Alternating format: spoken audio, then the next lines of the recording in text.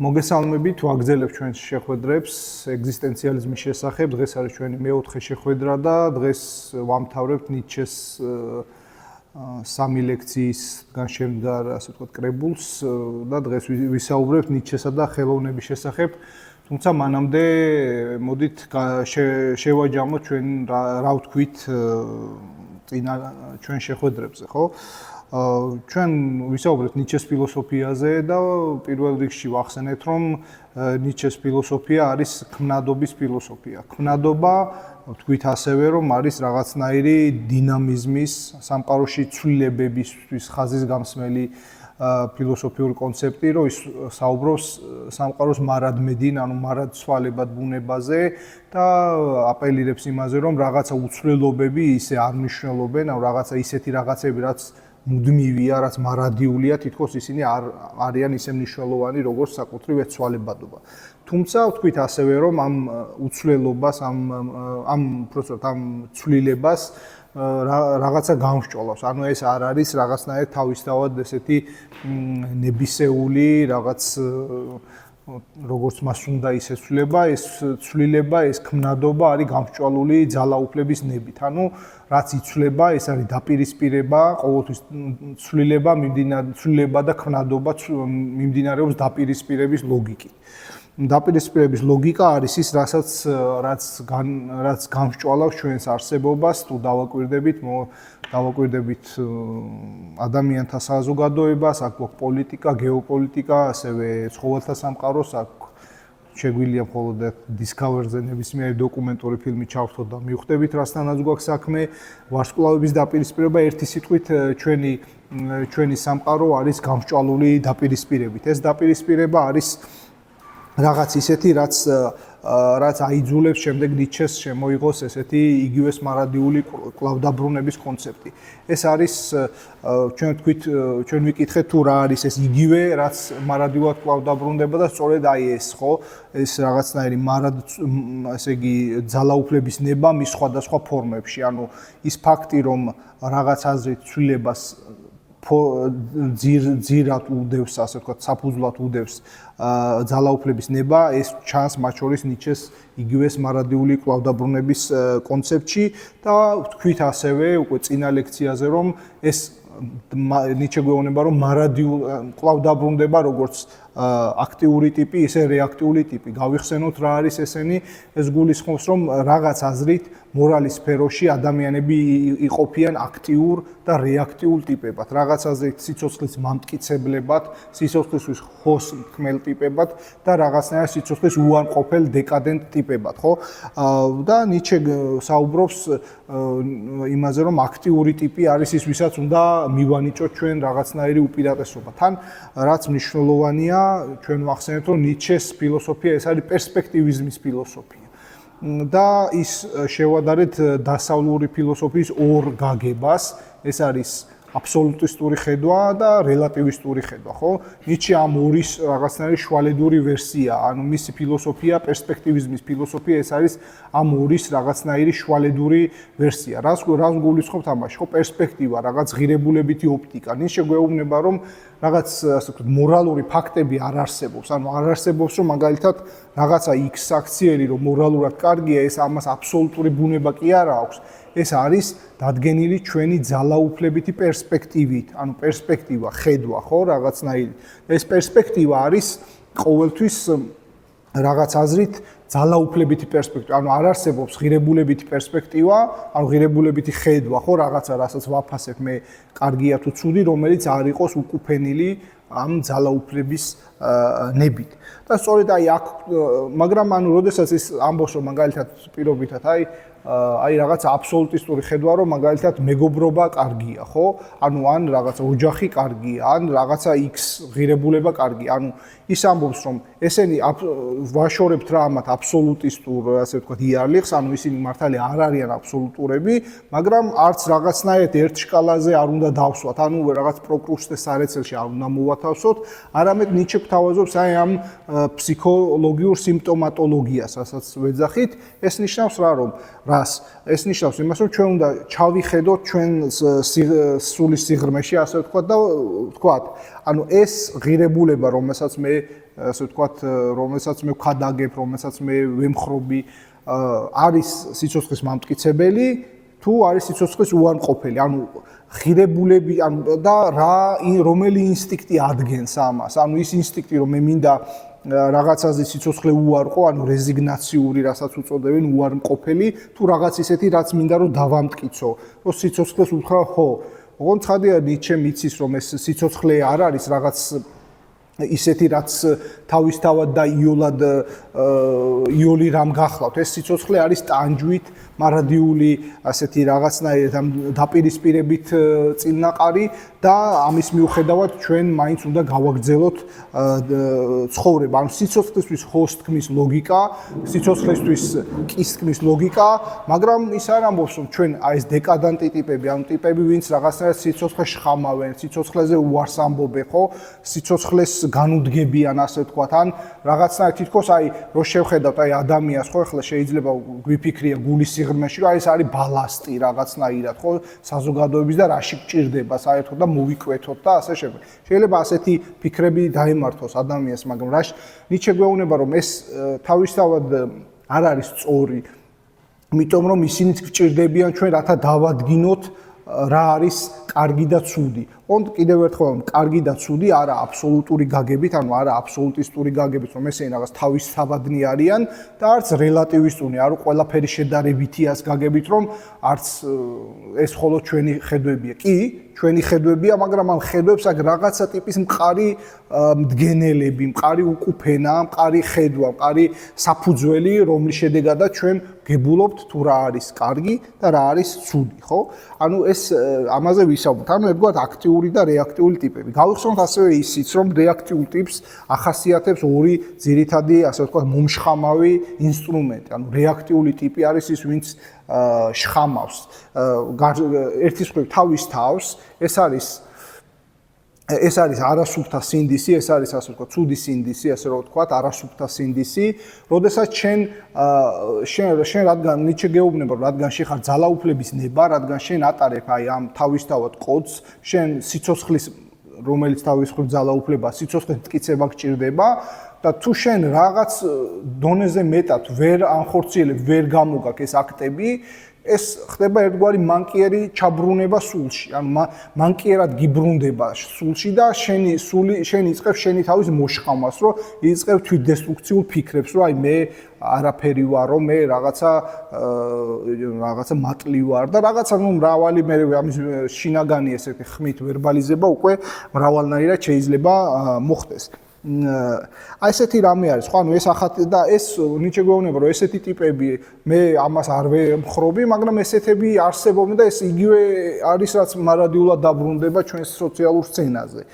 მაგრამ არსებობს მეორე მომშხამავი ინსტრუმენტი, ეს არის რესენტიმენტი, ხო? რესენტიმენტი ასევე ვთქვით, რომ არის უკვე გარემიმართული, ანუ თუ არასუფთა სინდისი რაღაცაზე საკუთარ თავს შხამავს, რესენტიმენტი არის შენზე ამაღლებული, შენზე ძლიერის, რა ვიცი, შენზე რა ვიცი, მშვენიერის ან ასე შემდეგ, ხო? მიმართ დადგენილი ზიზღი, შური და რაღაც სიმწარის რაღაც კომბინაცია, რაღაც ისეთი, რაც ჩვენ ასე ვთქვათ, ჩვენ არ არის აუცილებელი ზუსტად ჩვენ, მაგრამ ადამიანებს, ვისაც ეს ახასიათებს, რეაქტიულ ტიპს აქვს, ვთქვათ, თავისე გამორჩეულის მიმართ. ხო, ანუ ეს არის ერთგვარად მონური მორალის მახასიათებელი, ხო? და ვთქვით ასევე ისიც, რომ ნიჩე ცდილობს აი ამ ღმერთის სიკვდილის შემდეგ, როდესაც დასავლური კაცობრიობა კარგავს, რწმენავს რელიგიაში, ცდილობს აი ამ რელიგიის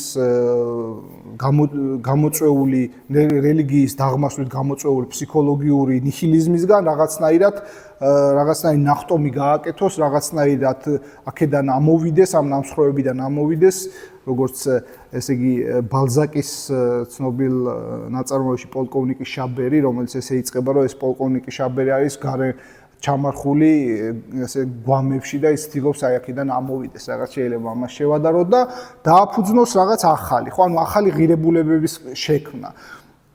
და ეს არის რაღაცნაირად აი ზე ადამიანის თუ ზე კაცის როგორც ხშირად უწოდებენ ფიგურა, რომელიც გვევლინება აი ამ ნიჰილიზმის გადამლახველად. ანუ ნიცშე არის ერთი მსხვილი ფილოსოფოსი და ის თავის ფილოსოფიურ ასე ვთქვათ ხედვებს აპროექცირებს კულტურაზე, ხო? ანუ ხა ეს საერთოდ ფილოსოფოსებს არ უყვართ ხოლმე ესეთი ზოგიერთ ყოველ შემთხვევაში აკადემიური გამიჯვენები, მაგრამ შეგვიძლია ვთქვათ, რომ ნიცშე უპირატესად არის ეგზისტენციალისტი ცხადია, მაგრამ არის ასევე კულტურის ფილოსოფოსი, ესე ვთქვათ, ანუ კულტურის სიღრმეების კარგი მცოდნე და დღეს ამაზე უკვე კიდევ ვისაუბრებთ. ანუ ერთის მხრივ, ესე იგი ჩვენ გვაქვს ესეთი მომენტი, რომ ჩვენ გვჭირდება თუ ჩვენ ძველად ყავდა ორი ტიპი, ეს იყო თქვათ ბატონისა და მონის ტიპი, ხო? რომ ერთის სიცოცხლის მამტკიცებელი ინსტინქტურად დამდგენი, რომ კი სიცოცხლე კარგია და ასე ვთქვათ ინსტინქტურად სიცოცხლის ზეიმის გამოწვევი და მეორე მხრივ უარყოფელი ჩვენ ისიც ვთქვით, რომ ბატონსა და ზეკაც შორის არის განსხვავება ის, რომ ზეკაც ზე ადამიანს უწევს აი ამ განსხვავებით ბატონისა, აი ამ ნიჰილიზმის მტვერის ჩამოფერს ხო თავისი სხეულიდან, თავისი რაღაცა ამ სულიერი სხეულიდან თუ შეიძლება ასე ვთქვათ და უწევს ახალი ღირებულებების დადგენა.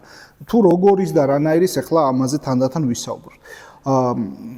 ამ ყველაფერზე ცხადია არის ძალიან დიდი, ასე ვთქვათ, ხედვა, ეს არის ნიცშეს ძალიან დიდი ხედვა, ის ხედავს აი ამ დასავლური კულტურის რაღაცნაირ დეკადანს, ის ეწინააღმდეგება ამ შრალ რაციონალიზაციას. ხო, რას გულისხმობს ეს შრალ რაციონალიზაცია? ეს არის ნიცშესთვის რაღაცნაირად სიცოცხლის ჩქეფარების, სიცოცხლის ეს ვიტალობის, სიცოცხლის დადგინების და სიცოცხლის ესეთი დაუნაწევრებელი ენერგიების რაღაც ჩასმა ყუთებში, რაღაცნაირად გალიაში მოთავსებული სიცოცხლე, შეიძლება ესე ვთქვათ, ის არის ის, რასაც ნიცშე შეიძლება უწოდეს აი ამ შრალ რაციონალის მათ შორის მეცნიერებას რაღაც აზრით ამაზეც ვისაუბრებთ და ის ამბობს, რომ აი ეს ჭეშმარიტება მაგალითად, ხო, რაც აი ჩვენ ვიცით, რომ ჭეშმარიტება რაღაცა ისეთი, რომ აი ეს კარგია თავისთავად, ხო, რა ჭეშმარიტება რატო არის ცუდი, თქვათ, როგორც ასეთი, ხო, ჩვენ ვიცით, რომ ჭეშმარიტება არის იდეალი ღირებულება, მაგრამ ნიცშე გვეუბნება, რომ ეს რაღაცნაირად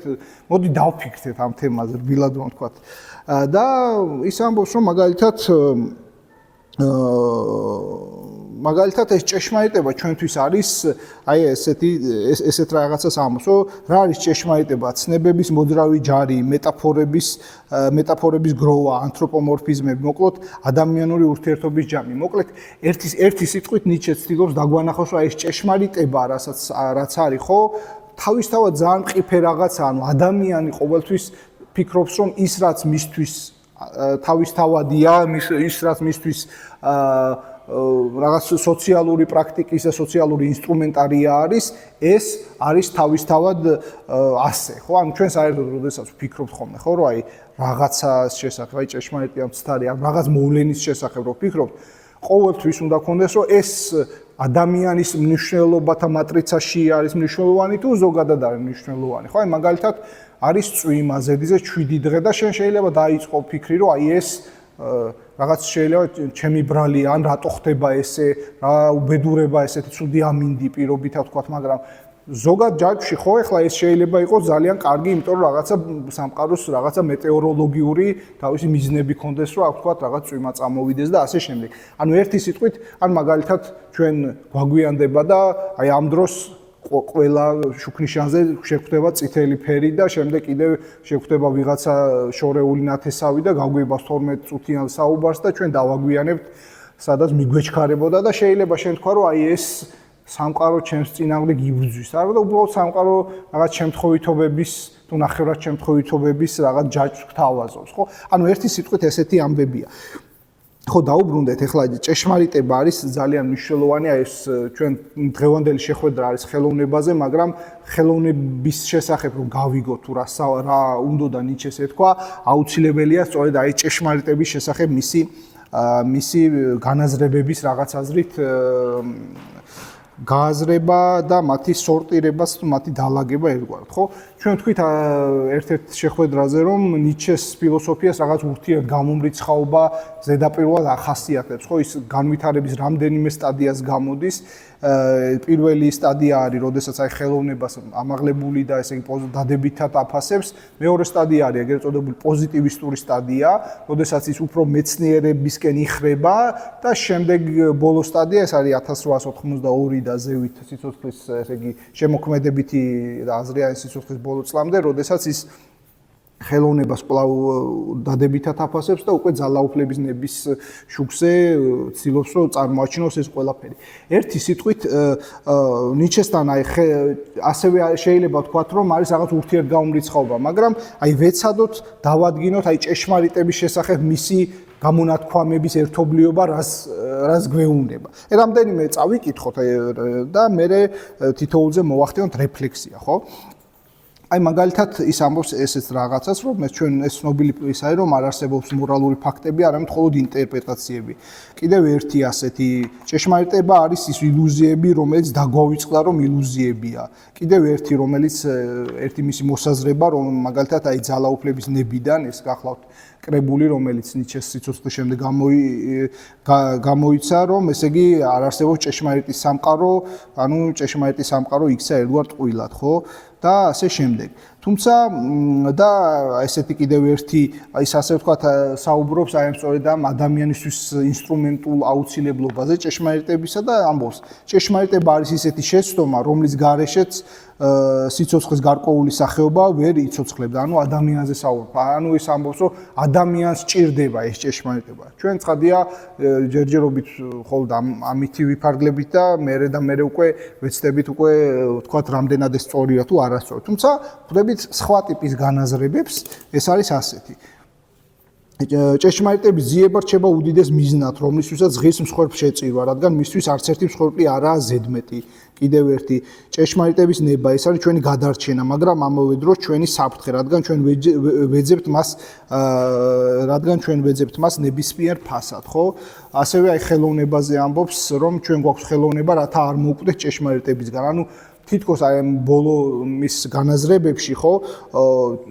თითქოს ანუ ის სადაც ამბობს რომ აი ჭეშმარიტება რაღაც ცუდია, რაღაცა ისე, ну ცუდი რა, ანუ რაღაცა შეთანხმებითია, ხო, რომელიც ჩვენ ადამიანებს გვჭირდება. თითქოს ეს ჯგუფი, ასე ვთქვათ, ციტატებისა, ხო, მართალია გაბნეული სხვადასხვა ნაწარმოებებში, გვეუბნება რომ არა, რაღაც ჭეშმარიტება რაღაც თითქოს კი ისეუნება ჭეშმარიტებას. ანუ ახლა რა ვქნა ჩვენ რომელ ნიჩეს დაუჯეროთ, ხო, ჩდება ასეთი კითხვა. აქ ჩვენ თქვით რომ ნიჩეს ფილოსოფიის სირთულე არის ის რომ მას სჭირდება მეტი ასე ვთქვათ ინტერპრეტაციული ჩაკირკიტება ერთგვარად იმისგან რაღაც ისეთის ამოკითხვა რაც შეიძლება ეს მყარად დალაგებულ რაღაც დიდ ლოგიკურ სისტემებში არ იკითხებოდეს.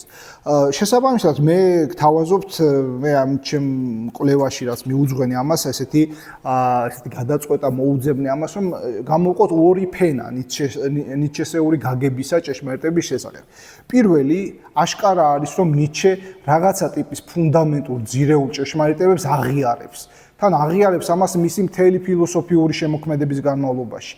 მაგალითად ის ფაქტი, რომ აი ადრეული ნაწარმოები ტრაგედიის დაბადება, რომელზეც დღეს ვისაუბრებთ, იქ საუბრობს, რომ აი ხელოვნება ჩვენ გვჭირდება, რათა ეს რაღაც რთული ჭეშმარიტებები, რომ მაგალითად ადამიანი მოკვდავია, რომ სამყარო საშინელებებს გვთავაზო ხშირად. ანუ ესეთი რაღაც, რომ სამყარო არის ბოლო-ბოლო ძალაუფლების ნება. ეს ხომ რაღაცა ტიპის ჭეშმარიტება, ანუ ეს არის ძირეული ფენა შეხედულებებისა.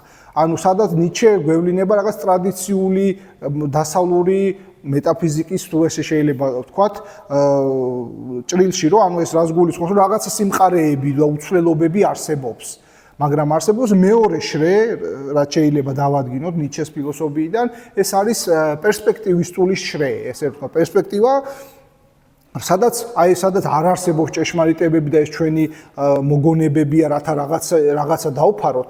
აი ეს და ამაზე შეგვიძლია ვისაუბროთ კიდევ და კიდევ, არის მეორე ფენა. აი მაგალითად, მართალია არსებობს ძირეული ჭეშმარიტება, რომ ადამიანი პირობითად მოკვდავია, მაგრამ ის ფაქტი, რომ აი ერთი საზოგადოება ამ მოკვდავებასთან განკლავებას ცდილობს პირობითად, რო ვთქვათ, რა ვიცი, გიტარაზე დაკვრი და მეორე ცდილობს პირობითად ომებში წასვლი და მესამე ცდილობს, რა ვიცი, კიდე ხატვი და ვიღაცა ვაჭრობით და ვიღაცა რაღაცით, ანუ ეს პასუხები არ არის ჭეშმარიტება, ანუ ეს პასუხები არის პერსპექტივა იმ ძირეულ რაღაც ფუნდამენტურ ჭეშმარიტებებზე, იმ ძალაუფლების ნებაზე, ანუ ჩვენი პასუხები ძირეულ ჭეშმარიტებაზე თავისთავად არის რაღაცნაირად ფუყე და არამყარი. თუმცა აუცილებელი, იმიტომ რომ შენ როდესაც იბადები, შენი ცხოვრებით უნდა გასცე პასუხი, ასე ვთქვათ, იმ ფაქტს, რომ შენ უნდა იცხოვრო, შენ გიწევს იცხოვრო, ხო?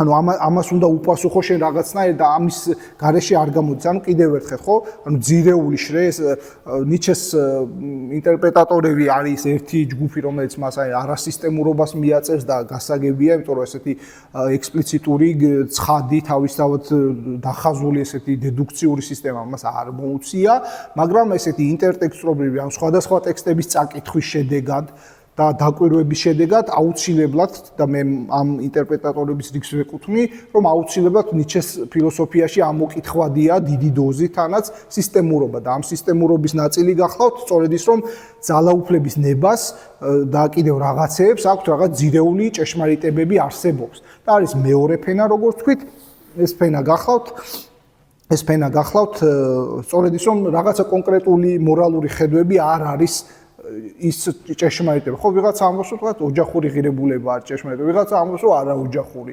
რომელია ჭეშმარიტება? ეს არის ადამიანების მოწყობის ტიპი, ხო, როგორიც არის ჩვენ, ხა რა თქმა უნდა, კონსერვატიულ საზოგადოება იტყვის, რომ ოჯახურია, ვიღაცა იტყვის, რომ არა. ანუ პირობითად რო თქვა, ხო, ცხადით. ხო, ესეთი ამბებია, მოკლედ.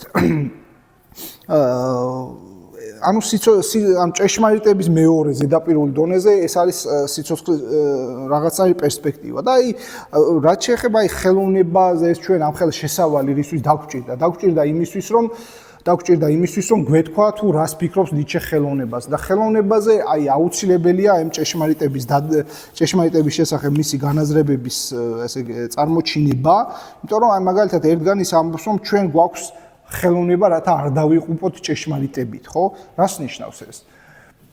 ეს ნიშნავს იმას, რომ აი ამ შემთხვევაში სწორედ აი ამ პირველი ძირეული ფენის ჭეშმარიტებაზე საუბრობს. ანუ ხელოვნება მე რას მიკეთებს, ხო? ანუ რისთვის არის კარგი ხელოვნება? ხელოვნება ახდენს სამყაროს საშინელებათა რაღაცნაირ ესთეტიზაციას. ანუ ისო სამყარო არის საშინელი, ის მე ამას მიყვება რაღაცნაირად ამაზე მიგალობებს, თუ შეიძლება ესე ვთქვათ. ოღონდ ცხადია ის საშინელება, მაინც საშინელება რჩება, მაგრამ ახდენს ამ სუბლიმაციის აქტს. სუბლიმაციის აქტს, როდესაც რაღაცნაირად აი თავის დისტანციის პათოსით, ხო? ანუ ერთგვარად იმით, რომ შენ რაღაცნაირად დისტანციურად გაჩვენებს, გაგუებს რაღაცნაირ იმ ჭეშმარიტებებს, რომ ადამიანს რაც უნდა სოციალური წყობა შეცვალოს, რაც უნდა ტექნოლოგიები განავითაროს, რაღაცნაირი მეტნაკლებად თანასწორი საზოგადოება ააშენოს, ამ ყველაფრის მიუხედავად მას თავისი წილი ტანჯვისა ყველა ადამიანს მაინც მოუწევს. ანუ და ახლა ეს რომ მომიწევს, მე რა ვქნა ის პირობითად ის მინიმუმი, რაც მე მომიწევს, ხო? ის მინიმუმი შეიძლება განსხვავდებოდეს სხვადასხვა საზოგადოებების და მიხედვით, მაგრამ ამ მინიმუმზე რა ვქნა? ეს მინიმუმი ვაქციო ესე რომ 100%-იან ტანჯვად ვაქციო და მისი ვთქვათ სიცოცხლის უარყოფელ ტიპაჟად ჩამოყალიბდე თუ რაღაცნაირად ვიყო ტიპი, რომელიც იტყვის ამორფატი, ანუ ბედისწერის სიყვარული. ეს არ ნიშნავს ახლა ბედისწერის სიყვარული ცხადია, რომ ნიჩე მოგვიწოდებს, რომ აბა ფარხმალი ჩამოყარე და სიკვდილს დაელოდეთ. არა, იმიტომ რომ თავისი ცხოვრებით მან დაადასტურა, რომ ის ასე არ იყო, ხო? ის ასე არ უნდა ვქნათ. შეგახსენებთ, რომ ნიჩე გახდათ ადამიანი, რომელიც იტანჯებოდა ფიზიკურად ძალიან ხშირად შაკიკით, თვალების მხედველობის პრობლემებით, მაგრამ მიუხედავად ამისა, მას ჰქონდა ის ნებისმიერი რომ ეწერა, ეკრიტიკებინა და თავისი სიღრმისეული ხედვები გამოეთქვა სხვადასხვა საკითხებზე, ხო?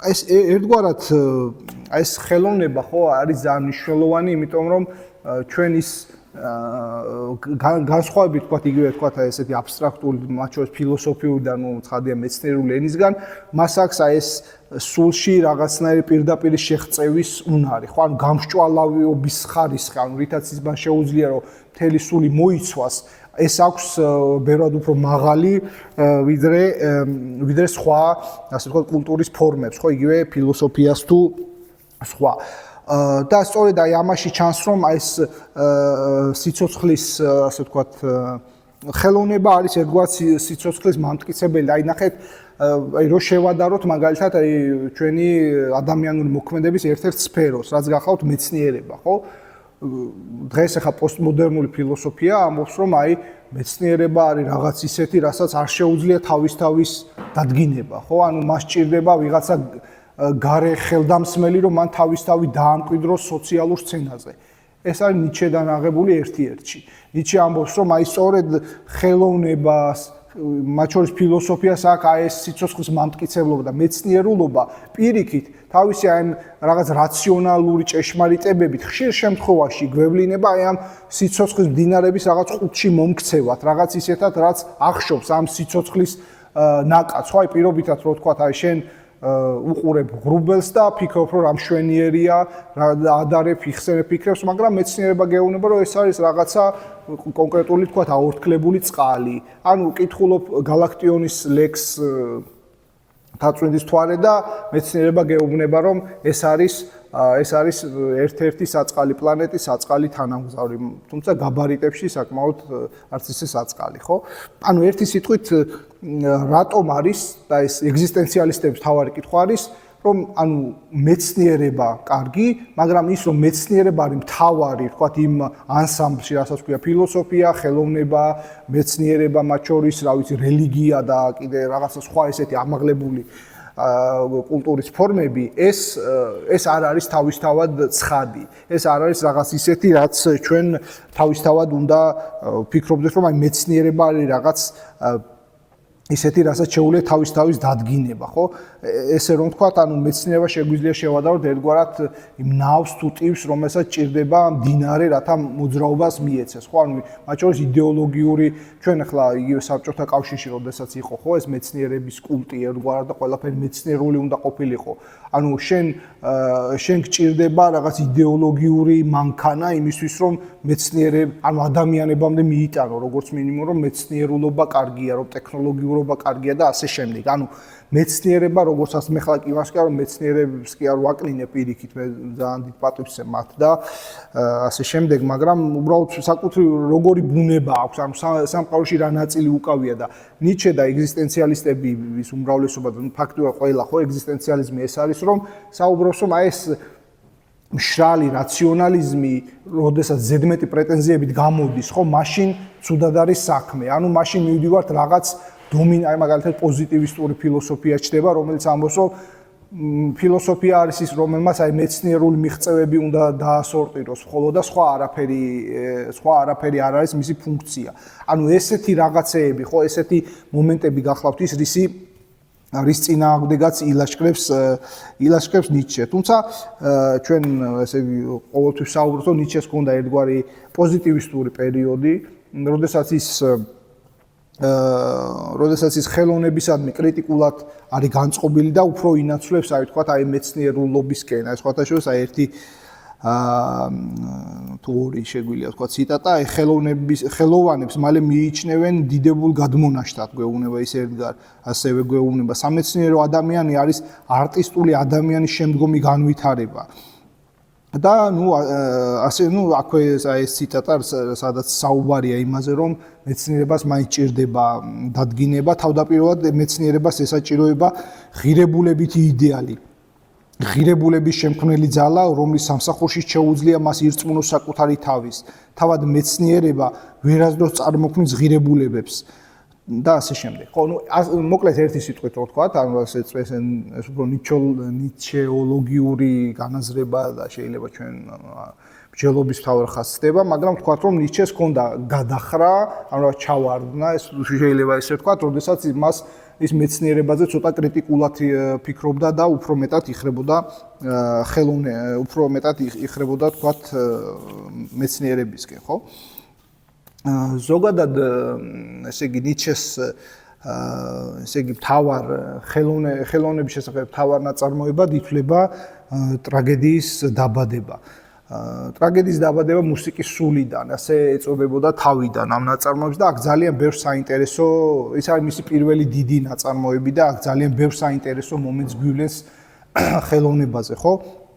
ხელოვნებაც შემდეგ და შემდეგ ნიჩესთვის არის რაღაც ძალაუფლების ნების გამოხატულება. Onda განსხვავებით სხვა კულტურის ფორმებისგან ამას აქ აი სიცოცხლის მამტკიცებლობის, ну ეხლა გულისხმობს ის ჭეშმარიტ ხელოვნებას, თორე ის გამოყოფს მე რაღაც დეკადენტურ ხელოვნებას, მაგალითად გვიანი ნიჩე უკვე ასეთად რომანტიზმს მიიჩნევს და ასე შემდეგ. ანუ თუ ხელოვნება არის ჰომყოფი, ანუ თუ ხელოვნება არის მამტკიცებელი, ის რაღაცნაირად უფრო მაღლა მიდის ამ რაღაც კვარცხლბეკზე, რასაც შეგვიძლია დავარქვათ აი ეს კულტურის ფორმები, ხო, ესე რო ვთქვათ.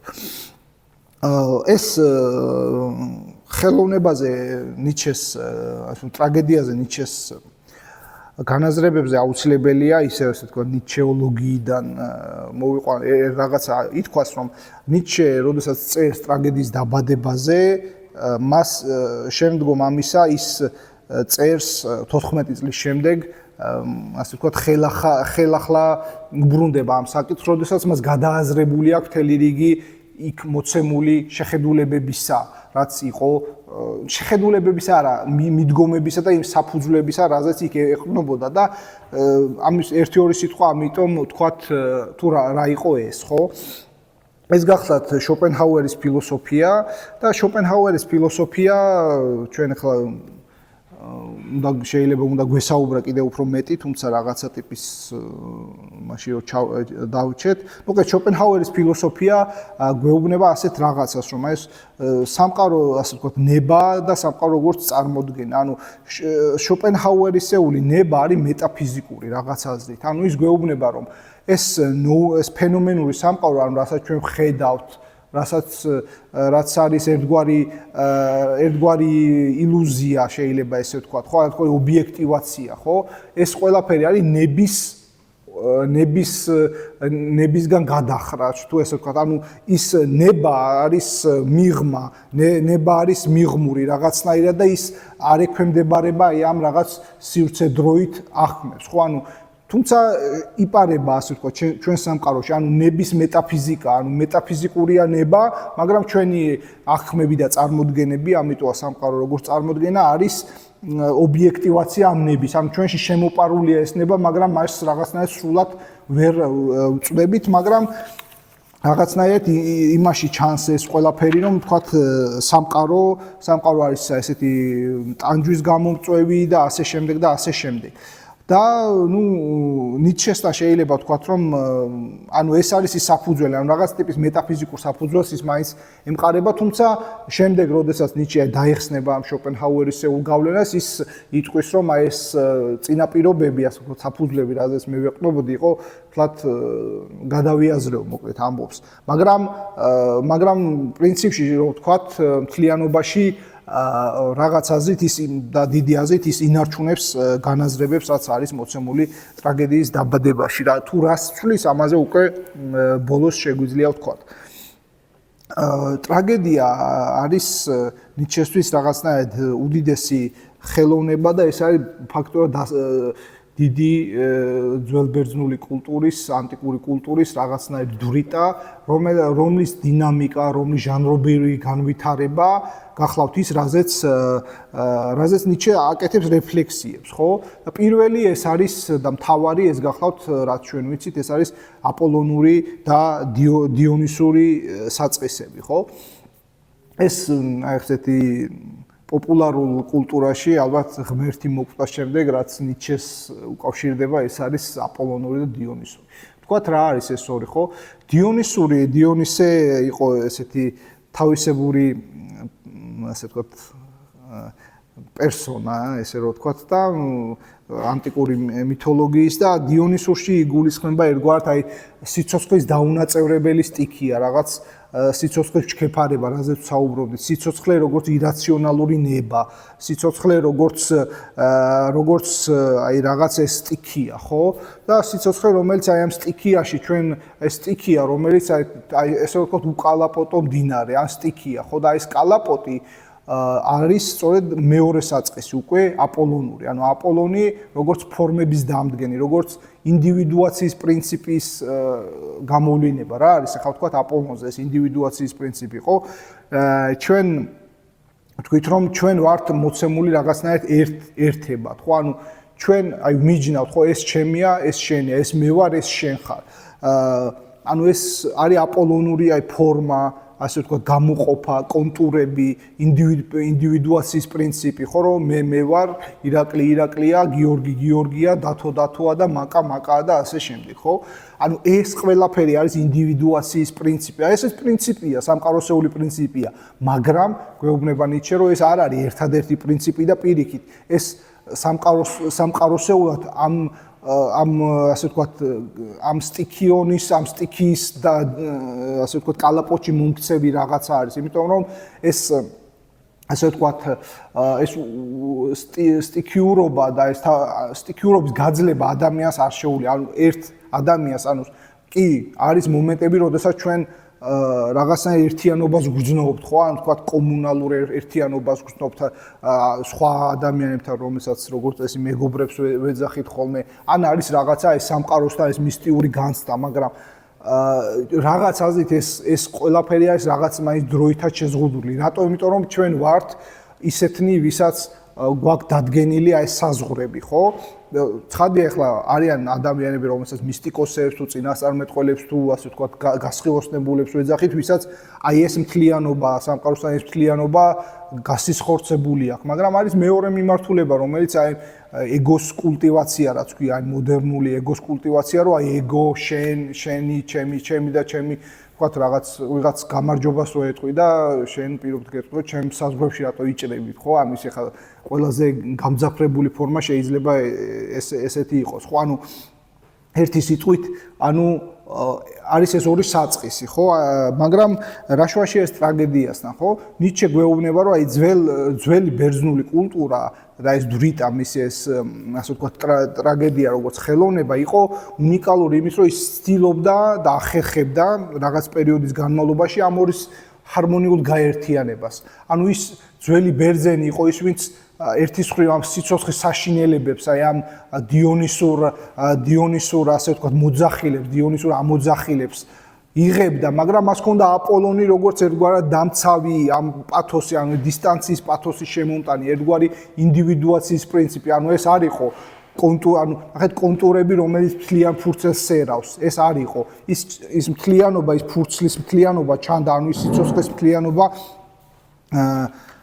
ჩანდა და აი აქ ჩანს აი ეს ნიჩეს ეს კარგი ფრაზა, მხოლოდ იმდენად, რამდენადაც ხელოვანი არტისტულ შემოქმედებაში მსოფლიოს თავდაპირველ შემოქმედთან ერთიანდება უწყის მან ხელოვნების მარადიული არსი, რადგან ამ მდგომარეობაში ის არის ერთდროულად სუბიექტიც და ობიექტიც, ერთდროულად პოეტიც, მსახიობიცა და მაყურებელიც. აი ეს სწორედ რაც ვთქვით, ხო, ეს სუბიექტ-ობიექტური საზღვრების გადალახვა, რომ სუბიექტ-ობიექტური საზღვარი რა, რომ მე ერთი ვარ მე და თქვენ ხართ სხვები, ხო? და ეს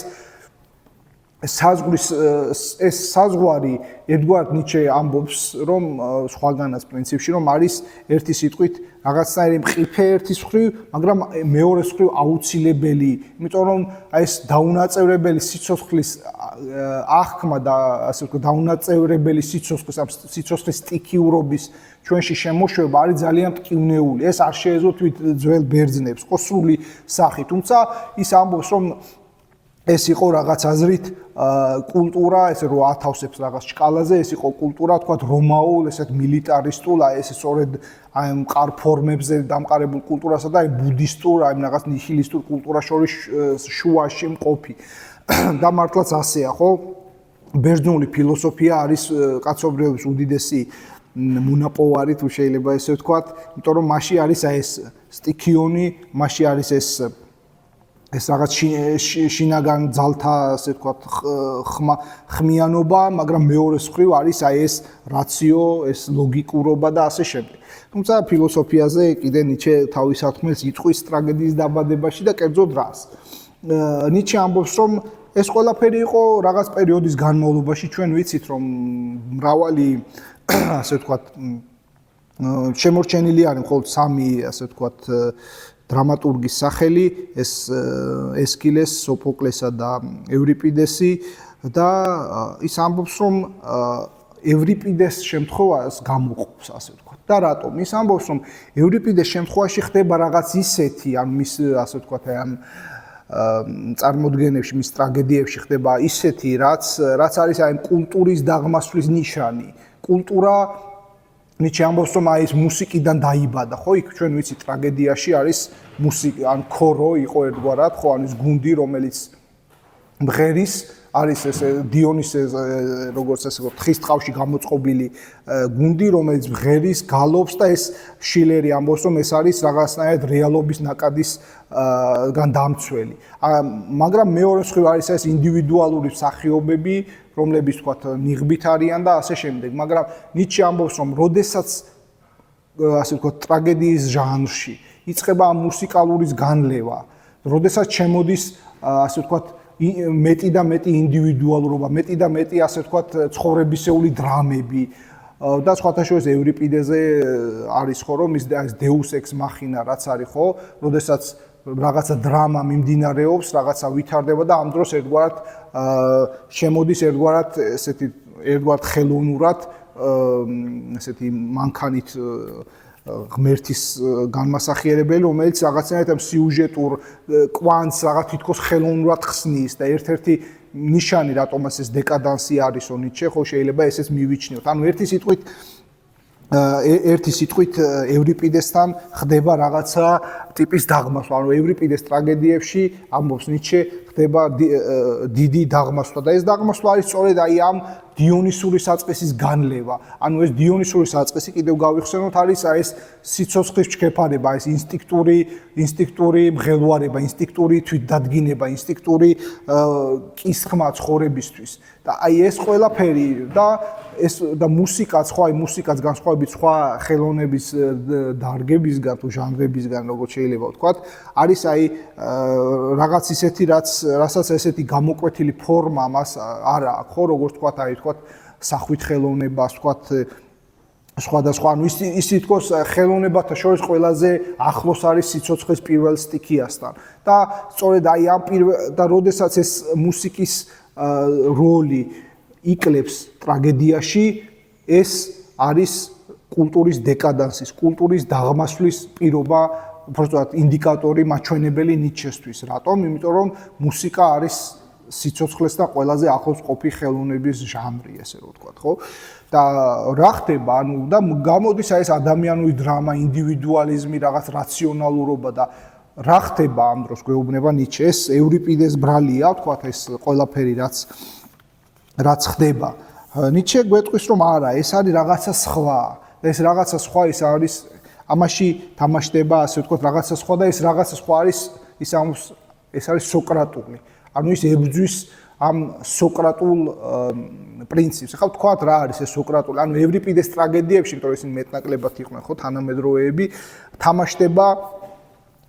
თამაშდება ამ სოკრატული პრინციპის შემოდის. ხო, სოკრატე ჩვენ ვიცით იყო ანტიკური ფილოსოფოსი, რომელიც დაიხეტებოდა საბერძნეთში და აეჭვებდა ბერძენ მოქალაქეებს და სხვათა შორის ამიტომაც ბავშვების ახალგაზრდობის გარყვნისთვის და ღმერთების, ასე ვთქვათ, ძველ ღმერთებში ეჭვის შეტანისთვის, მოკლედ ეჭვის ფენომენის შემოტანისთვის მას მიეზღო საწამლავის დალევა, რაც ესე პლატონს დიდებულად აქვს აღწერილი ფედონში, სოკრატეს აპოლოგიაში და კიდე ზოგადად საუბრობს, ხო? პლატონის დიალოგებიდან ვიცნობ სოკრატეს. ანუ რა არის ნიჩესეული სოკრატე? ნიჩესეული სოკრატე არის რაღაც ისეთი, რასაც შემოაქვს, ასე ვთქვათ, ოპტიმიზმი, რომ სოკრატეთი იბადება თეორიული ადამიანი. ვინ არის თეორიული ადამიანი? თეორიული ადამიანი არის ადამიანი, რომელიც ცდილობს კი სამყაროს წვდება, მაგრამ უკვე მისთვის ეს სამყაროს ტრაგიკულობა, სამყაროს თავისთავადობა და სამყაროს სიღრმისეულობა რაღაც აზრით თეორიული манипуляციის ობიექტად ხდება. კი, ცხადია, პირველ თეორეტიკოსები ღმერთზე საუბრობენ, პლატონის, არისტოტელეს პირველ მამოძრავებაზე, ეს გამიჯვნა ასე არ ხდება ესე ცალსახად, მაგრამ აი სოკრატე, პლატონის ეს მასწავლებელი ნიჩესთვის არის აი რაღაც აი ამ კულტურის დეკადანსის, კულტურის დაღმავლობის ინდიკატორი, რაც მე ევრიპიდესთან ვლინდება, ანუ რაციო, ხო, ანუ სოკრატე ამ თავისთავადობებს ებრძვის, ხო, მიდის და ეუბნება ათენელს, რომ თქვა ეს ქოთანი იცი რა არის ქოთნის იდეა, ანუ ცდილობს ფენომენების სამყაროდან მოწყვიტოს რიგითი ათენელი მოქალაქე და რაღაც იდეასთან მიაგებოს, მაგრამ ნიჩესთვის ეს იდეასთან მიგებება ამ გზით, ყოველ შემთხვევაში რაციონალური გზით არის რაღაც აზრით დაღმასვლის ნიშანი და აი სწორედ ის როცა ვამბობთ რომ ჭეშმარიტების აი მეორე ფენა, როდესაც აი შენ ჭეშმარიტებას ერთი გზით მიადგები, თქვა თეორიული და რაციონალური გზით და არა იმ სიღრმისეულ ჭეშმარიტებებთან კი არ მიდიხარ, როგორც ტრაგედია მიდიოდა, აი ეს არის სუდიო გვეუბნება ნიჩე და აი ეს სოკრატული პრინციპი ვლინდება ამ ევრიპიდეს ასე ვთქვათ ტრაგედიებში. აგერ პირდაპირ ასე გვეუბნება რომ სოკრატესთან ინსტინქტი ხდება კრიტიკოსი, ხოლო განსჯა შემონქმედი. ანუ განსჯა, რა არის განსჯა, ჩვენი ინტელექტი, ხო ინტელექტის ფუნქცია არის დაქუცმაცება, განაწევრება, რომ ხო თქვათ არის პირობითად რა ვიცი, არის რაღაც ყვავილი, იმ ყვავილს აქვს ესეთ და ესეთ თვისებები და ასე შემდეგ. ანუ პრედიკატების, მახასიათებლების ამოღება იქიდან და არა სინთეზური შემოქმედება, ხო, თუმცა ანალიზის კარგია ზოგადად, მაგრამ ნუ ეს ნიჩეს ხედვებია და არც ისე შორს ყოფი ჭეშმარიტებისგან. ხო, ანუ სოკრატესთან ინსტინქტი ხდება კრიტიკოსი. ანუ ეს რას ნიშნავს? სოკრატეს ნიჩეს სხვათა შორის უფრო მეტად ირონიულად საუბრობს. ჩვენ ვიცით რომ სოკრატეს დემონი არსებობს, ხო, რომ ის ამბობდა რომ მე რაღაცა ჩამძახის, რაღაცა მელაპარაკება, როდესაც მე აი ვთქვათ ფილოსოფოსობდა, ამ ათენელებს ესე გულს უწუხებდა. ნიჩე ამბობს უკვე ბუნებისმეტყველების ცოდნით შეიარაღებული, რომ მოდი დავფიქრდეთ მეგობრებო, მე ხომ არ იყო სოკრატეს დემონი საერთოდ მისი უბრალოდ ყურის ტკივილი. ანუ მას უბრალოდ შეიძლება ყური ტკიოდა და მე ამის ჰიპერსტროფირებას ახდენდა. ნუ ესეთი, ეს ხადე ნიჩეს ახასიათებდა ესეთი ჰიპერბოლიზაცია, გაზვიადება, ხო? მაგრამ რასაც ის ნამდვილად ამბობს, ეს არის ის, რომ ანუ ინსტინქტი ხდება კრიტიკოსი, ეს ნიშნავს, რომ ანუ ინსტინქტი ფუნქციას კარგავს, ასე ვთქვათ, იმისა, რომ ის იყოს შემონქმედი და იმ სიცოცხლის მამტკიცებელი. ანუ როდესაც ინსტინქტი ხდება კრიტიკოსი, აი ეს სწორედ ეს რეაქტიული ტიპი, რაც ჩვენ დასაწყისში ვთქვით, რაღაც ამის პირველ დაბადებაზე საუბრობს, ხო? ანუ ჩვენ ვთქვით, რომ ნიჩე ცდილობს, ანუ მიხვდა რა ის თქვათ ეს ღმერთის სიკვდილი რაც არის, ხო ის უბრუნდება ასე ვთქვათ ანტიკურობას, იმიტომ რომ ანტიკურობა არის ყველა მოდერნული ფილოსოფოსის რაღაცას იდეალი და იქ ცდილობენ რაღაც აი ამ პირველ საწყისია მოკლედ კულტურის და ფილოსოფიის და იქ ცდილობენ რაღაც აზრით აღმოაჩინოთ ის დინამიკა, ის მექანიზმები, რისი გადმოტანაც უნდა მერე უკვე აი მის რეალობაში, მის მოდერნულობაში, ხო? და ნიჩესაც ეს სურდა რომ აი ამოეცნო ეს ყველაფერი და გადმოეტანა თანამედროვეობაში და თქვათ ის რომ თქვათ ჰერაკლიტეს მოწაფეა, ბერძენი ფილოსოფოსის და დიონისეს ის უკვე საუბრობს რომ აი ის რაღაც და დიონისეს პერსონიფიკაცია, რადგან ის ცდილობს რომ აი ამ რაღაცნაირად აი ამ დამშრალი საზოგადოების საპირწონედ დააფუძნოს რაღაც ღირებულებები, უთხრას სიცოცხლეს კი და ასე შემდეგ. ანუ ამისთვის ის მოიხმობს, ასე თქვა, სწორედ აი ამ წინა სოკრატულ ბერძნებს და სხვათა შორის ის არ იქნება ერთადერთი, ვინც ამას იზავს. ჩვენ დავინახავთ უკვე ჩვენი ლექციების უკვე რამდენიმე ლექციის შემდეგ მარტინ ჰაიდეგერთან, რომ ის არ არის ერთადერთი, ნიჩე არ არის ერთადერთი, ვინც იაზრებს, ასე ვთქვათ, აი ამ სიღრმეებს წინა სოკრატული ფილოსოფიისა, ხო? ის ერთი სიტყვით ესეთი ამბებია ნიჩესა და ხელოვნებას შორის მიმართებაში და ჩვენ ხედავთ ესეთ რაღაცას, რომ უკვე შევაჯამოთ და წავიდეთ ბოლოსკენ. ნიჩე ერთგვარად საუბრობს ნიჩე ერთგვარად საუბრობს თქვით რომ ან ჭეშმარიტებაზე და ის საუბრობს ჩვენ გამოვყავით ორი დონე ჭეშმარიტებისა. ის ერთის მხრივ საუბრობს რომ არის რაღაცა ტიპის სიმყარეები, რაღაცა ტიპის ჭეშმარიტებები, რომლებიცაც აქვს თავისი ფუნდამენტი. ესეთი არის ძალაუფლების ნება, ქმნადობა, ანუ ის რომ სამყაროში ძალაუფლება არის რაღაცნაირი ყოვლის გამჭვალავი პრინციპი. ეს ჭეშმარიტებაა და არის რაღაცა ტიპის ძირეული ჭეშმარიტებები, რომლისგან დასაცავად, რომელთან ასე ვთქვათ, რბილი, შედარებით რბილი ადაპტაციისთვის არის ხელოვნება შექმნილი, აი ეს არის მნიშვნელოვანი. თუმცა ხელოვნებაც არის რაღაცა ტიპის ილუზია. ანუ ილუზია იმაზით, რომ ის ამ აპოლონური ასე ვთქვათ, შტრიხებით, ამ ინდივიდუაციის პრინციპით ცდილობს რაღაცნაირი დისტანცირება მოახდინოს და შემოიყვანოს აი ეს ესთეტიზაციის სახით ადამიანის ცნობიერებაში სამყაროს საშინელებები. ვთქვით ასევე რომ ესე იგი ნიჩეს ჭეშმარიტებები აი ეს მეორე დონეზე ეს უკვე არის ერთგვარად პერსპექტივები, კონკრეტული მორალური ხედვები, თუ რომელი გზა ჯობია და ნიჩე არ გვტოვებს ასე ვთქვათ რელატივიზმის, ანუ ყველაფერის არაფერს აზრი არ აქვს და ყველაფერი ერთ სიფრთხეზე დარჩეს. ამის იმედად ნიჩე არ გვტოვებს და გვეუბნება რომ რაღაცა ტიპის ინსტინქტურობა და სიცოცხლესთვის სარგებლიანობა, სიცოცხლესთვის კისთქმა დაეიყოს ის, რაც მე მათქმევინებს რომ რაღაცა არის კარგი და ის ამას ამობს, როდესაც ამობს, რომ აი ხელოვნება არის კარგი და ხელოვნება, როგორც სიცოცხლის მამტკიცებელი კულტურის ფორმა, უნდა არსებობდეს აწტამარადის და უკუნითი უკუნისამდე.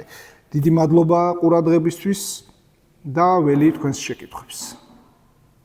მოკლედ საინტერესო რა არის ახლა, აი აპოლონურისა და დიონისურის დაპირისპირებასთან დაკავშირებით ესეთი კითხვა მიჩნდება, რომ ეს საწყისები და ამ საწყისებთან დაპირისპირება, რო აი უფრო ცივილიზაციურ კონტექსტში რო გავიგოთ, ეს სხვა რაღაც საწყისები, რაზეც დაეფუძნა გარკვეული ცივილიზაციები, ხო? ანუ მაგალითად ეს ნორდიკული კულტურები თავიდან იყვნენ აპოლონურები, გასაგებია, მაგრამ ნუ განსაკუთრებით დასავლურ ცივილიზაციაში ანტიკურობას თავი გავანიღოთ ცოტა ხანი, მაგან განიცადა ერთგვარი გაბერწება, ეს რაციო უბრალოდ გონება გადაგვარდა წმინდად განსჯად, ანუ რაციოდ, მან დაკარგა სიცოცხლის უნარიანობა, გადაიზარდა პოზიტივიზმში, გახდა ბერწი, რაც თავარია, ხო? ამიტომ მე აგერ შემოდის ჯერ შოპენჰაუერის მხრიდან ეს ნების მომენტი და მე ნიჩეს ეს თეორია, რომელიც ცდილობს, რომ ეს ცივილიზაცია აი ამ აპოლონურიდან, რომელიც ბერწი გახდა თავისთავად, გადაკაჩოს დიონისურისკენ, ადამიანი სიცოცხლის უნარიანი გახდეს.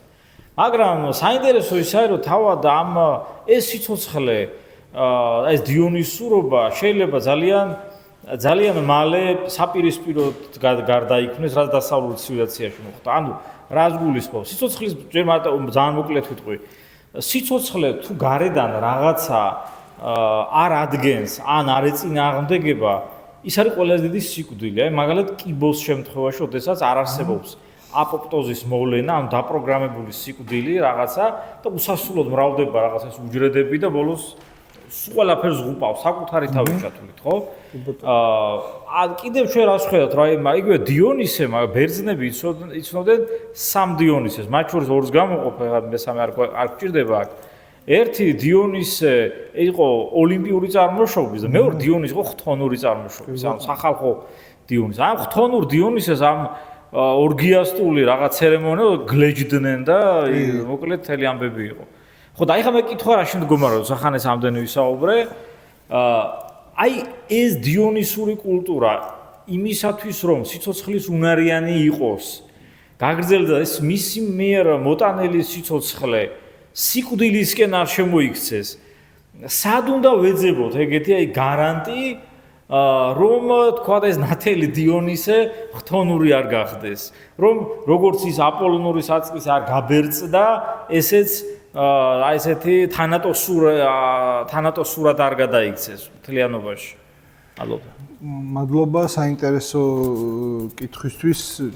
მაგაში გეთანხმები პირველ რიგში, რომ ესე იგი ჩვენ წინაზე სხვათა შორის ეგ ვახსენე, რომ რაღაცაზით სიცოცხლე, რომელსაც არ ყავს ერთგვარი დაპირისპირებული სიცოცხლე, არის რაღაც აზრით აი ამ ნიჰილიზმის მატარებელი, ხა თქვენ ახსენეთ ეს უჯრედულ დონეზე, ანუ საზრისისეულობა, რასაც ამ საზრისისეულობას ადგენს დაპირისპირებულობის ბუნება, ანუ და ეს დაპირისპირებულობა ჩანს კიდევაც ნიჩეს ფილოსოფიაში, რაც შეეხება იმას, რომ ესე იგი დიონისური სად შეიძლება იყოს ამის პირობა, პრინციპში ეს არის ალბათ მაინც აი ისევ მე ვიტყოდი, რომ აი ამ აპოლონურის და დიონისურის სინთეზის მცდელობა. ანუ მე ესე ვიტყოდი, რომ ყველა კულტურას ამ სინთეზის თავისებურება ახასიათებს. ანუ ყველა კულტურამ უნდა ანუ ეს დიონისესა და აპოლონურის მეტნაკლებობა ამ რაღაც თავის კოლექტიურ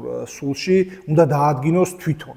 დაადგინოს ახლა ამ დადგინებას სჭირდება თავისი ასე ვთქვათ დადგინების ლიდერები, ვინც ამას იზავენ და ისინი უნდა უსმენენ თავის ხალხის ხმას, ესე რომ ვთქვათ, ესე უხეშად თუ შეიძლება ვთქვათ. და აი აქ მე ესე ვიტყოდი, რომ კი დიონისე ცხადია აქვს ეს ხტოვნიური, იმიტომ რომ ეს ოლიმპიური ღმერთები და ხო ის სხვადასხვა შრე აქვს ხო ამ ბერძნულ მითოლოგიას სადაც ჩანს ის წინა შრეები, მაგრამ მე ესე ვიტყოდი, რომ ყოველთვის აქვს რისკი, რომ თავის გაბერწებულ ანტიდოტში გადავიდეს იგივე აპოლონური საწყისი, რაც არის ეს აი მაგალითად ხო ჩვენ შეგვიძლია ვთქვათ, რომ აი ეს აპოლონური რაღაცა ეს ზღვარდადგინება ზომა შეიძლება ზღვარგადასრულ უსიცოცხლობაში და ზღვარგადასრულ პედანტიზმში გადაიზარდოს. ან ეს სიცოცხლის ჩქეფარება, ასე ვთქვათ, და ეს დიონისური საწყისი გადაიზარდოს რაღაც ტიპის აი არამიზანშეწონილად დამანგრეველ რაღაც მოდულში გადავიდეს, ხო? მე ანუ ჩემი პასუხი არის საბოლოოდ მაინც ნიჩიანური, რომ ინდივიდუალური კომბინირება ისევ ამ აპოლონური და დიონისური საწყისებისა უნდა იყოს გამოსავალი. დიდი მადლობა ბატონო ოთარ საინტერესო ლექციისათვის. ჩემი შეკითხვა შეეხება ნიჩეს უკანასკნელი ადამიანის ასე ვთქვათ კონცეფტს და მასთან მიმართებით ხელოვნების ფუნქციას. კერძოდ აქვს თუ არა ნიჩეს ასე ვთქვათ ხელოვნების ზოგადი თეორიის მსგავსი რაღაცა, რისი მოკლედ ფორმულირების საშუალებაც ჩვენ გვექნებოდა და მეორე მხრივ, როდესაც ის განიხილავს ადამიანის და ამ შემთხვევაში მე რამდენადაც მესმის ის განეხილავს დასავლელი ადამიანის ისტორიას როგორც ასეთს, როგორც ადამიანის ისტორიას, აი ამ ადამიანის ასე ვთქვათ გრძელი ისტორიის გზაზე ის გამოყოფს თუ შეიძლება ასე ითქვას ყველაზე გრძელ პერიოდს, მომავალ პერიოდს, რომელიც პრინციპში უკვე მისი გრძნობით უკვე დამდგარია, რასაც ეძახის ის უკანასკნელ ადამიანს. მე მაინტერესებს ისტორიის ბოდიში ხელოვნების ღირებულება კულტურისათვის დანიშნულება და საჭიროება ხელოვნებისა იცვლება თუ არა უკანასკნელი ადამიანისათვის და ვინ არის ეს ასეთი უკანასკნელი ადამიანი? ეს არის ფუნდამენტური კონცეფტი ნიჩესთვის თუ უფრო მეტაფორული ხასიათს ატარებს? ძალიან საინტერესო კითხვათა წყება არის და ძალიან მნიშვნელოვანი, იმიტომ რომ თქვენს კითხვაშივე იყო რაღაც აზრით პასუხი, რომ ესე იგი ნიჩეს მიხედვით უკანასკნელი ადამიანი ცხოვრობს ყველაზე დიდხანს. ხა ვინ არის ეს უკანასკნელი ადამიანი, ხო? ეს არის პრინციპში რაღაც აზრით ის ადამიანი, ვინც აი ამ ნიჩესეულ მომავლის ფილოსოფიურ პროგრამას ვერ მიყვება.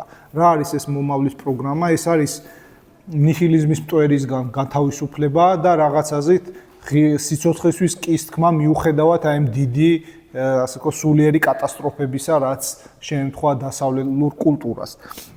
ამის მიუხედავად, ვინც ვერ ახერხებთ, ამის საპირწონედ, ვინც ცდილობს აი ამ ანუ ასე ვთქვათ, ვინც ნიჰილიზმზე ცდილობს უპასუხოთ სიცოცხლის უარმყოფელად.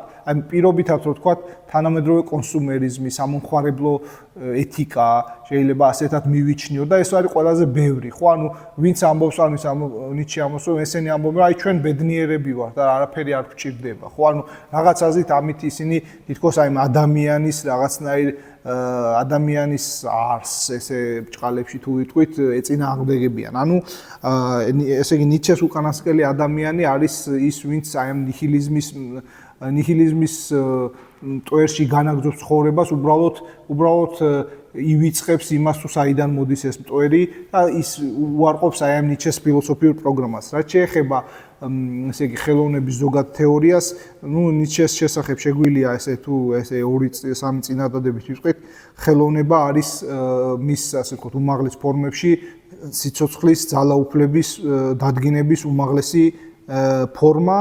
ესეთი ცხადია, ესეთი რაღაც ტრაქტატ, რამდენიმე ტრაქტატისგან შემდგარი ეს ნაწარმოებები მას არ შეუქმნია მიზეზთა გამო, თუმცა ეს რაც საერთო ხაზი გასდევს არის რომ კი სიცოცხლის ჰომყოფი, სიცოცხლის მამტკიცებელი ბუნება უნდა კონდეს ხელოვნებას და თუ ის ხელოვნებად უნდა იწოდებოდეს და სწორედ აი ამას უსვავს ხაზს. ცხადია უკანასკნელ ადამიანში, ანუ ხელოვნება მასაც აქვს ის შიშები, როგორც მე მოვიყვანე ციტატა მისი მეცნიერული პერიოდიდან, როდესაც აი ამბობს, რომ ხელოვანები ერთგვარად რაღაცნაირ რარიტეტი, რაღაც გადმონაშთი გახდება, ხო?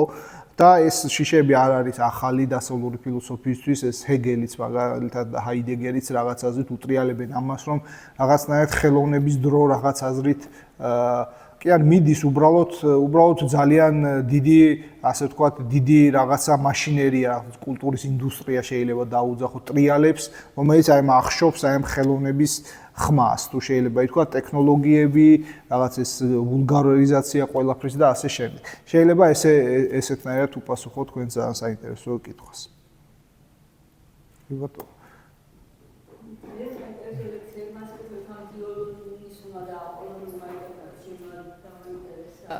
დამაინტერესა უფრო და რაც შეეხება შეკითხვას, აი მაინტერესებს ფრაზა რომ თქვით ბედისწერის სიყვარული, აი საიდან არის ეს ფრაზა და კიდევ დამაინტერესა ეს ნიჩე რომ ამბობს სოკრატის შესახებ რომ მას დეგრადაციისკენ თუ რა ვიცი და ფროიმისკენ მიყავს დამდაბლებისკენ რაღაც ფილოსოფია თუ რაღაც აი ვის მიიჩნევდა უფრო მაღლა მდგომებად სოკრატამდე სხვა ფილოსოფოსებს თუ მიიჩნევდა ნიჩე აი ამასთან დაკავშირებით. დიდი მადლობა, საინტერესო კითხვა. ამორფატი ეს არის ნიჩესეული ტერმინი, რაც გულისხმობს ნიჩე ხშირად იყენებს ამას, რომ აი ბედისწერის სიყვარული, ეს კიდევ ერთხელ ვთქვათ, ეს მისი ფილოსოფიიდან მომდინარეა და ის ამბობს, რომ ეს ბედისწერის სიყვარული ნიშნავს ფაქტიურად იმის გააზრებას, რომ რაღაცა უცვლელობები არსებობს, რომ რაღაცა ტიპის ჩვენი გზა გასავლელი გვაქვს და ეს გზა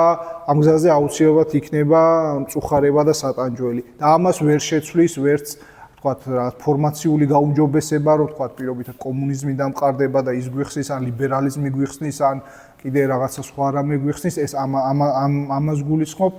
რაც შეეხება მეორე კითხვას, ის როგორც თქვი, არის მაგალითად ჰერაკლიტეს სოკრატემდელი ბერძენი ფილოსოფოსის მოსწავლედ მიიჩნევდა თავს და რატომ? იმიტომ რომ ნიჩეს ფილოსოფიაც არის ქმნადობის ფილოსოფია, მსგავსად ჰერაკლიტეს ფილოსოფიისა და პრინციპში მას ყავს რამდენიმე ფავორიტი, იგივე შოპენჰაუერი ვახსენე და შოპენჰაუერი, თუმცა შემდეგ განუდგა მის მეტაფიზიკას, მაგრამ მისი ნება როგორც ასეთი დაიტოვა, მართალია ის შოპენჰაუერისეულ დასკვნამდე არ მიდის, რომ აი სიცოცხლე უნდა უარყოთ და ასე შემდეგ. ის ამბობს, რომ ყველაფრის მიუხედავად მაინც ღირს და კიდევ რამდენიმე წყარო იგივე ხა ის დარვინსაც ეცნობოდა, თავიდან ვაგნერის გავლენებიც ჰქონდა, იგივე და სხვა ასე ვთქვათ, აი ეს შეგვიძლია ვთქვათ.